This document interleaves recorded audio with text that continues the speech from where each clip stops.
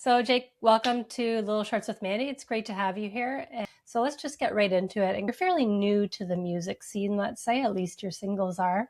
How did you get started? I mean, I've always been involved in music in some way, but it started, I just basically said to myself, okay, like I'd like to write some songs and I'd like to put them on Spotify. And then, slowly over time, the goalpost kept shifting and shifting and shifting. And eventually it was like, oh, maybe I could actually turn this into something viable. And like then the mental health aspect came into play as well. So that. I was reading a little bit about you, and you struggled with addiction. Is that right? And then you became sober, and this kind of became the journey and the message of your music. Can you speak a little bit to that? Yeah, so like kind of the catalyst for me moving to Ottawa was I OD'd behind the wheel of my car and crashed into a tree. And so I'd struggled with drug addiction before that for a very long time, like hardcore IV drug user. And this was my fourth treatment attempt coming to Ottawa, and I something had to give, something had to change, and I mean, by the grace of God, I was able to escape that life, and I've been clean now for 6 years. 2 years into getting clean, I was just like, I just kept seeing on Facebook and social media another person that I'd known from my past life pass on as a result of overdose, and I just moved me to a point where I said, you know what, I think somebody might benefit from me sharing that it is possible. Because for me, I remember feeling very alone and like feeling like I was never going to be able to escape that life. And that's really my message, is of hope that, whether it's you or your loved one or somebody has the ability within them to get away from that life and live a happy, prosperous life. Thank you for bringing that message. It's definitely an important one, definitely a needed one. Now, you said you tried rehab a few times before. What was it about this last time? Was it like you mentioned, you just saw so many people and it hit home, or how come the first times didn't work? Well, the first time I wasn't really ready. I was 23. So that was kind of the thing. And then the second time, I almost got through the whole thing, and I was kicked out of the treatment center for basically not following the rules and stuff like that. So, self sabotage. And then the third time I went, it was kind of a rinse cycle, quick 30-day thing. And I quit drugs for like a short period, but I said to myself, oh, I'm going to keep drinking, it won't be an issue. And so, like, I think the differentiating factor between that third time and the fourth time was I said to myself, okay, no alcohol, give myself the chance to actually be completely sober, no weed, no all these, extracurricular California sober type style things. And so, yeah, I just said enough of that and like gave myself a chance to really be sober. And it proved to work. So Right. And you must have a pretty solid support system in place, right? Like who's got your back?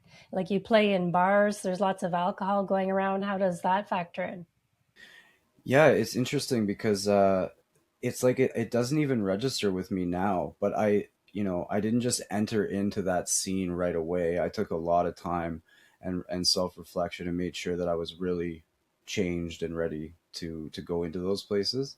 But now it doesn't even phase me. But it's funny enough, I actually still speak with my counselor from treatment. It was really cool, full circle moment. I don't think it was last summer, the summer before. I played a show as a part of the Cinq Sept. Ottawa puts on these like night shows right downtown in the market, and so I invited her out, and got to tell the crowd like, like I literally came from the shelter, the treatment center that's down the street, and now I'm here, and I said that a lot of the people that you see around here, I was like on that trajectory, and I identify with those people. And those people are somebody's mother and father and sister and brother. And to just have a little bit more empathy for people that are struggling, because a lot of these stories that these people have would just break your heart. And that really is the truth of it, is that there's a lot of pain behind what you're seeing out there. And so I think we as a society need to kind of try to understand that a little bit better. We They say that once an addict, always an addict. What do you think about that? Yeah, it's an interesting take. I don't know how, I understand like the logic behind like wanting to remind yourself of it, but I also found it potentially counterintuitive because now you're labeling yourself.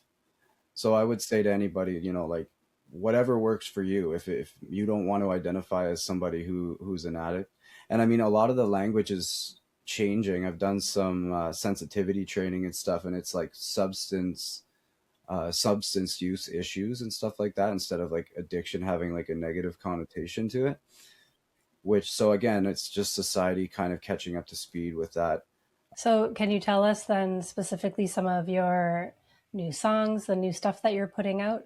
Yeah, well, the first newest single off the EP was "Only Human." It basically speaks to me recognizing my mistakes and kind of realizing that the only way to kind of move forward with that is to give myself acceptance for the mistakes that I made, and all I can do is change how I act in my future self, right?